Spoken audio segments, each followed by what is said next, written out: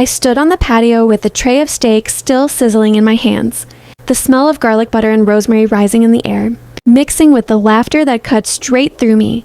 Through the glass doors, I saw my husband and his friends lounging in my backyard, drinking my wine, sitting on the furniture I'd picked, celebrating a joke I didn't know I was part of. Dominic's voice carried easily through the open doors. I doubt this joke of a marriage will survive another year. She's nowhere near my level. They laughed hard, proud of him. For a few seconds, I couldn't even breathe. The tray felt heavier in my hands, my arms trembling, but I didn't move. I just watched, watching my husband's face light up with that smug satisfaction he always wore when he thought he'd said something clever. Watched his friends nod like a group of yes men, feeding off each other's arrogance. That moment stretched forever. 30 seconds, maybe less, but long enough for everything. I thought I knew about my marriage to come crashing down. Nathan clinked glasses with Dominic. Trevor topped off their wine from a bottle I'd been saving for our anniversary next month. Marcus kicked his feet up on the ottoman I'd ordered from Italy last spring. They looked so comfortable in my world, like they belonged here more than I did. I remember thinking, they're celebrating me, being beneath him. Dominic leaned back in his chair, swirling the wine like he actually understood it. Ever since Ruby landed the Morrison Industries account, he said, she acts like she single-handedly saved the company. The ego on her lately is unbearable. My jaw tightened. The Morrison account. The one I'd pitched alone while he was off in Palm Springs networking on the golf course. The one that took 17 meetings, 3 redesign proposals, and more sleepless nights than I could count. The account that now made up 40% of our revenue, and he was calling me arrogant. Marcus laughed. You built that company from nothing, man. She just got lucky with a few good quarters. Lucky. That word burned. I watched Dominic nod along, rewriting our history in real time, turning my blood, sweat, and sacrifice into his story of endurance. I could almost see him convincing himself that I hadn't been the one holding everything together while he chased one failed business idea after another. Crypto meal kits, a meditation app that never launched. Each time he lost money, I rebuilt what he broke. Trevor raised his glass again. You need someone who gets it. Dom, a woman who appreciates what you bring to the table. Visionaries shouldn't have to explain themselves. Visionary. That's what Dominic called himself when he wanted to sound important. I used to find it charming, his confidence, his dreams. Now it just sounded hollow. He'd talk for hours about leadership while I led, about strategy while I strategized, about success while I made sure we could pay the bills. Then he said it. She doesn't understand that business is about more than spreadsheets. She's become one of those corporate drones, no vision, just execution. Execution. The thing that had built the company. The thing that had built him. That was the moment the air in my lungs turned cold. I felt my phone buzz in my pocket. A text from Sarah, our senior developer. Morrison Industries loves the new campaign. They're ready to sign tomorrow. You did it again. Tomorrow. Tomorrow I was supposed to walk into that meeting and seal the biggest deal in our company's history. And here he was, planning to take half of everything I'd built.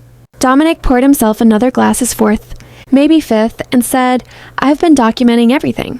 My lawyer says I've got a strong case. I'll take at least half the company, maybe more. His lawyer, the one he told me was just a racquetball partner. Trevor laughed. Smart man. Get your ducks in a row before she knows what hit her. She won't see it coming, Dominic said, and they all raised their glasses again. That was it. The click. The shift. I stopped shaking. I set the tray down carefully on the table beside me. Every instinct told me to storm in there, to scream, to throw something, anything, but instead, I breathed, slow, controlled, like the moment before you deliver, the final line of a pitch you know will close. I pushed open the French doors. The laughter died instantly. 4 heads snapped toward me, their expressions collapsing from smug amusement to open panic. Dominic's glass froze midair, his mouth slightly open. The silence was so heavy I could hear the hum of the neighbor's pool filter. I walked in slowly, placed the tray down, and said the words that changed everything. Why wait a year? I smiled, calm, steady. Let's end it today. For a second, nobody moved. Nathan's face went pale. Marcus took a step back. Trevor pretended to check his phone. And Dominic just stared, speechless for once in his life. I turned around and walked away, leaving them there in their little circle of shame. My heels clicked against the floor. Each step a heartbeat echoing through the house I'd built, the business I'd funded, the life I'd carried for both of us. And in that silence, I realized something. They hadn't broken me. They'd freed me.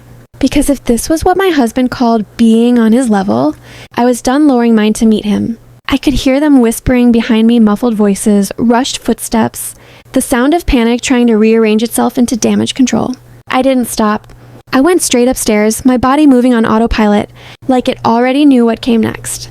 The bedroom was quiet, too quiet. I pulled out the suitcase I'd bought years ago to celebrate our first $1 million contractor symbol, of how far we'd come, or so I'd thought. The irony wasn't lost on me as I unzipped it, the sound slicing through the silence like a clean break. I started packing with precision. No tears, no shaking, just calm, deliberate movements. Blazers I'd worn to meetings he'd skipped. Jewelry I'd bought myself after closing deals he took credit for. Every item folded neatly. A small piece of the life I'd built alone while pretending it was shared. From the bathroom, I gathered my skincare serums, creams, everything I'd invested in to take care of myself when nothing else in my life felt stable. The routine that had kept me sane when my marriage had stopped doing that years ago. Then came the prescription bottles, the sleeping pills I'd needed more often lately. Because somewhere deep down, I already knew something was wrong. You don't start medicating peace unless someone's been stealing it from you. Footsteps creaked on the stairs. Multiple sets, slow, hesitant, like schoolboys about to face detention. "Ruby, please." Dominic's voice broke through the hall. "Can we talk about this?" I didn't even turn around. There's nothing to talk about.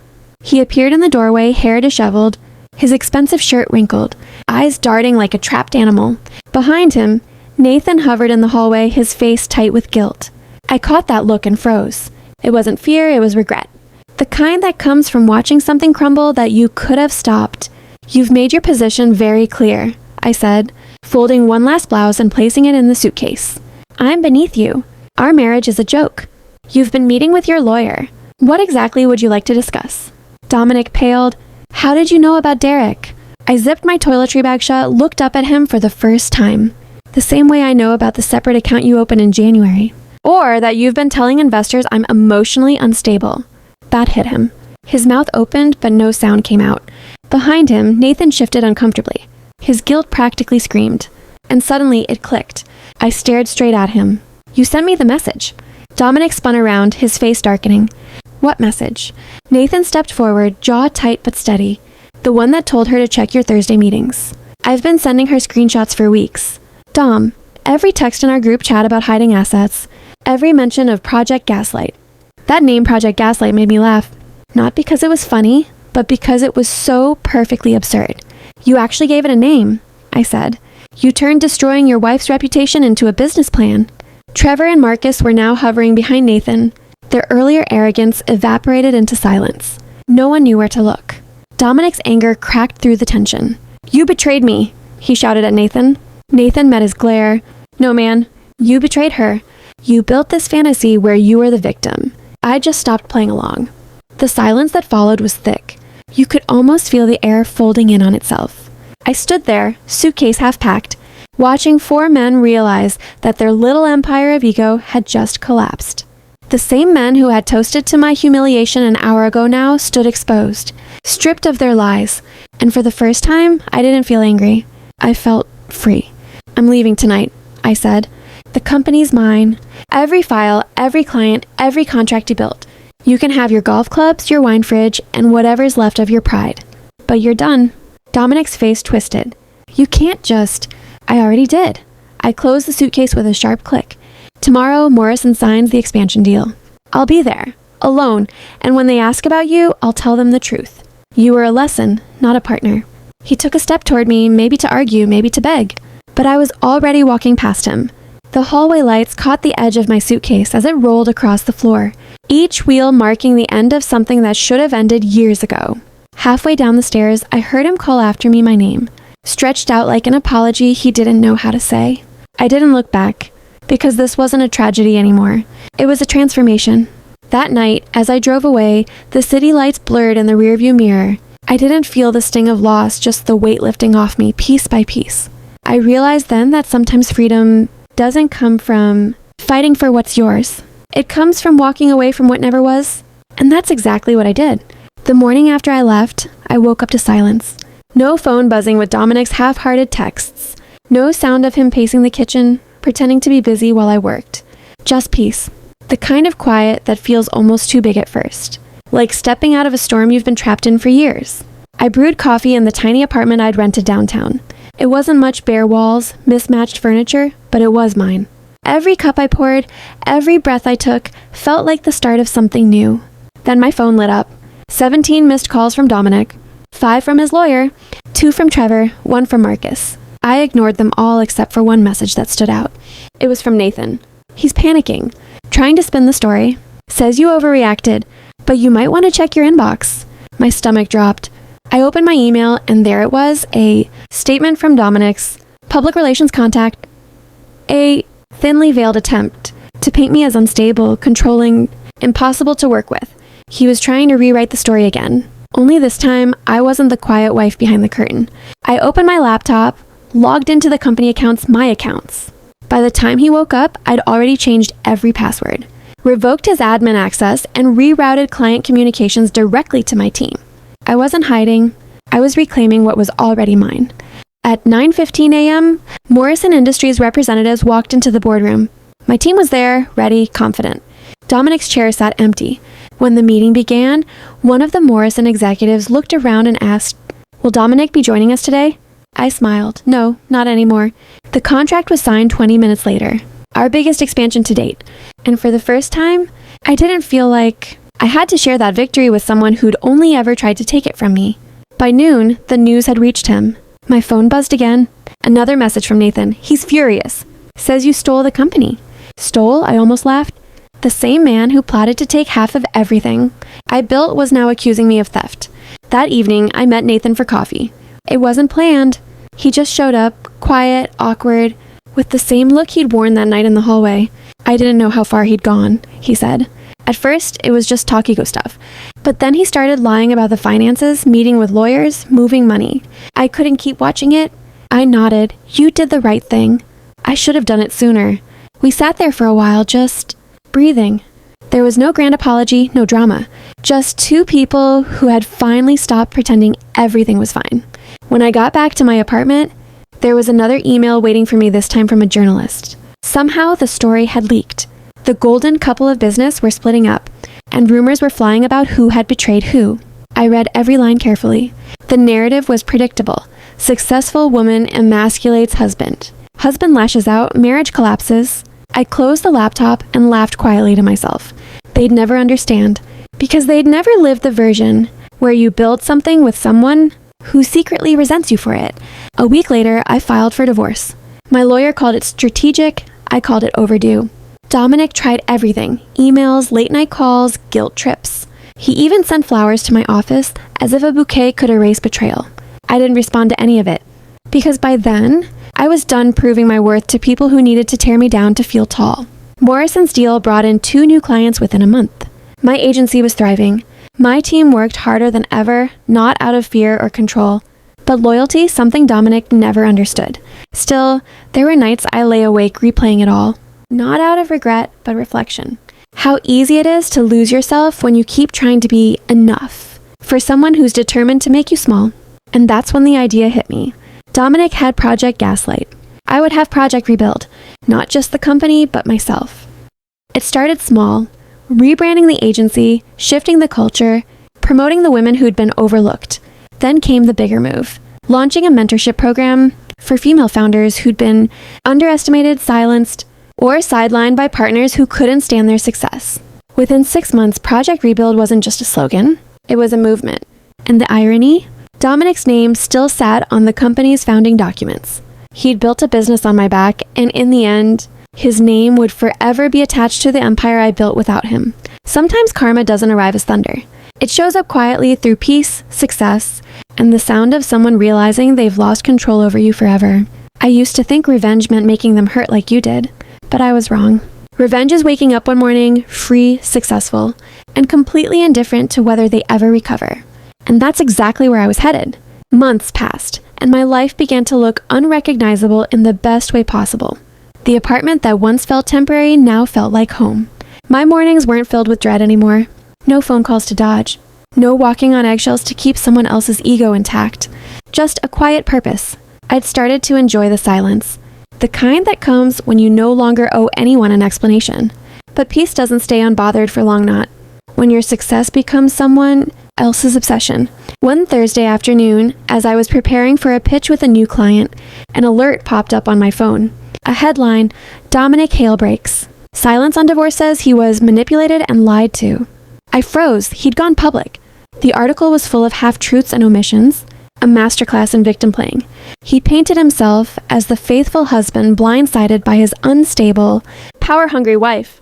He even claimed that I'd stolen the company using unethical tactics. My hands trembled, not from anger but disbelief. I knew Dominic loved control, but I never realized he'd stoop this low. Within an hour, my inbox flooded with clients, colleagues, even old friends reaching out, wanting to know my side, but I didn't respond. Not yet. I wasn't going to let emotion dictate strategy. Instead, I called a meeting with my PR manager, the best in the business. She looked at me calmly. Do you want to hit back? No, I said. I want to end it. We spent hours drafting a statement, measured, professional, and piercing. No insults, no drama, just the truth. It read, I won't engage in public narratives that twist the truth for sympathy. My focus remains on the company I built and the team that continues to thrive. Those who know me know the truth. Those who don't will see it soon enough. We released it that evening. Within 24 hours, Dominic's version started to crumble.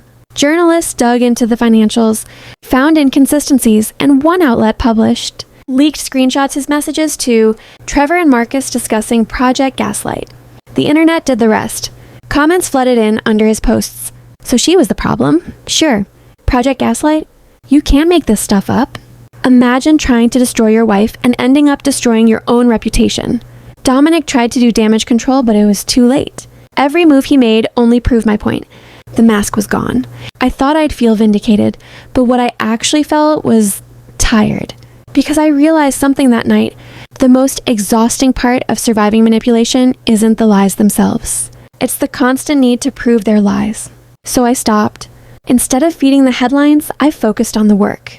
Project Rebuild was growing faster than ever, gaining attention from investors and the media. They weren't interested in the scandal. They were interested in the story of resilience behind it. One afternoon, I was invited to speak at a leadership conference. Me, the same woman who once had to ask permission to sign off on her own ideas. When I walked onto that stage, I wasn't nervous. I wasn't even thinking about Dominic. I just told the truth, the kind of truth that doesn't need defending. I spoke about control, about how subtle it can be, about how women are often taught to downplay their success just to keep others comfortable. I told them how I almost lost everything trying to protect someone who only saw me as competition. When I finished, the room was silent for a moment and then erupted into applause. Afterward, a young woman came up to me, tears in her eyes. I watched your story unfold online, she said. I left my fiancé because of it. He made me feel crazy for wanting my own business. You showed me it's not crazy, it's possible. That moment hit harder than any headline or victory ever could, because it wasn't about proving Dominic wrong anymore. It was about helping others stop questioning themselves the way I once did. Later that week, Nathan called again. We hadn't spoken much since the fallout. He sounded uneasy. You might want to know, he said quietly. Dominic's been talking about you again. He's saying you had to help someone by feeding you information. He's trying to drag me down with him. I sighed. You don't owe him your loyalty anymore, Nathan. Let him talk. The truth doesn't need defending. He was silent for a moment. Then he said, You really did get out. I had to, I replied. He was never going to stop until I stopped playing the game. And when I hung up, I finally realized what peace really was. It wasn't silence. It wasn't a victory. It was knowing that someone could scream your name in every direction, and you'd still be too busy, living to hear it. Dominic had built his identity around power. I had built mine around purpose. And purpose always outlives power. The truth of Dominic's betrayal kept unfolding, layer after layer, and I realized it wasn't just about me. Nathan's guilt had opened the door to the evidence I needed, but others were coming forward too. Linda, Trevor's wife, reached out in the dead of night, shaken and trembling, admitting she'd recorded hours of her husband bragging about Project Gaslight, about the ways Dominic coached him to manipulate, surveil, and diminish me. Every Thursday night wasn't poker or strategy. It was a masterclass in deception disguised as friendship. I uploaded her recordings to the cloud for my lawyer, Patricia. With every file, the scale of Dominic's manipulations crystallized. Overnight, I transformed from a victim into a strategist, organizing documentation, financial records, contracts, screenshots, and emails. Every detail counted, each misappropriated dollar, every annotated email twisted into proof of instability, every client interaction he had tried to turn into evidence against me. By morning, our conference room became a war room, charts, timelines, and Project Gaslight files meticulously displayed. The board needed to see the truth before Dominic could spin his narrative. When he walked into that room at 10 a.m., everything shifted. The presence of Patricia, Nathan beside me, and the board's expectant, unyielding faces stopped him in his tracks. His carefully rehearsed lines fell apart under the weight of irrefutable evidence. The chat messages, the shadow company registration, the financial misrepresentation, they all spoke louder than his excuses ever could. Margaret Chin cut him off before he could speak, bluntly dismissing his claims about my emotional state as false and fabricated. David Aon Quo held up the chat logs of Project Gaslight. Every attempt to frame me collapsed instantly. Dominic's face cycled through shock, anger, and desperation, trying and failing to salvage a facade that no longer existed. Nathan spoke next, calmly but firmly, detailing his complicity and the ways he enabled Dominic. He admitted his wrongs, but by coming forward, he ensured the board saw the truth of months of manipulation. Financial slides made it undeniable. I'd personally closed every major contract, generated all revenue, and driven innovation. Dominic had contributed nothing while drawing a substantial salary. James Harrison confirmed it from the client's perspective. Dominic's presence had been irrelevant. I was the engine of the company. And the final blow, the shadow company documents, showing his plan to poach clients and replicate our brand. The room was silent, the weight of evidence pressing down like a physical force. Legal closure came quickly. The emergency injunction went through, barring him from company operations or accounts. His lawyer, once confident, now presented options to mitigate the damage, but the damage was already done. The board moved to secure the company, affirming my leadership. In the days following, more allies came forward, employees ready to testify. Trevor's wife and Marcus's girlfriend, Emma, providing screenshots and evidence of planned client poaching and manipulative tactics. The coordinated betrayal had turned into a collective exoneration. Fraud charges were added to the leverage, making it clear that the consequences of his actions were serious, legally and financially. 6 months passed in a slow, careful reconstruction. I moved into a downtown apartment free from Dominic's presence. The company stabilized, then thrived, landing new clients while my leadership was fully recognized. Nathan, though forever marked by his prior complicity, proved himself invaluable, working tirelessly to repair the operational side he had neglected. The divorce finalized quietly but decisively. I retained full ownership of the company, all intellectual property, investment accounts, and the house, with Dominic walking away with only personal belongings, failed ventures, and no claim to the business. His delusions persisted in letters and apologies, but I filed them away as reminders of the kind of people who refuse to see themselves clearly. Recovery was not just financial, it was personal. At the company holiday party that year, staff toast shifted from quarterly wins to something deeper: survival, resilience, and acknowledgement of the subtle, insidious ways we are sometimes undermined. Colleagues shared stories of their own, experiences with diminishing partners or managers, recognizing that Dominic's behavior wasn't unique. It was a pattern too many women and men had endured. Together, we celebrated not just success, but triumph over betrayal. Months later, I witnessed the subtle aftermath in real life. Nathan's wedding to Sophie took place at a vineyard bathed in sunset light. He publicly acknowledged his wrongdoing, apologizing not just to me, but for the system of complicity he had enabled. Sophie's intervention had been critical. Without her, he might never have come forward. The room erupted in applause, not just for Nathan's accountability, but for the recognition of Ruby, Morrison's journey from being betrayed and undermined to standing tall, reclaiming control, and thriving. Life continued to move forward. My family recognized the resilience I'd cultivated, bridging generational lessons of hard work, recognition, and justice. My teenage niece Lily, just beginning to code, inherited a legacy of fairness and ambition as her birthright. And then, in the quiet moments, like at a Whole Foods aisle, Dominic appeared, diminished, humbled, and ignored. I met his gaze with indifference, not vengeance, and continued shopping, focused on the future I had built. My second company, thriving under my direction, awaited, while Dominic remained a shadow of his former self, now irrelevant in the arenas where it mattered most. I realized fully that the real power lay not in confrontation or revenge, but in unwavering focus, strategic action, and the quiet accumulation of undeniable truth. By letting reality unfold and exposing deception, I had reclaimed my life, my business, and my dignity. And in the end, watching the city lights twinkle below from the height, I'd earned untouched by his manipulations, understood something profound. Survival is not just about endurance. It's about rising higher than the people who sought to diminish you, turning betrayal into the foundation of your next triumph.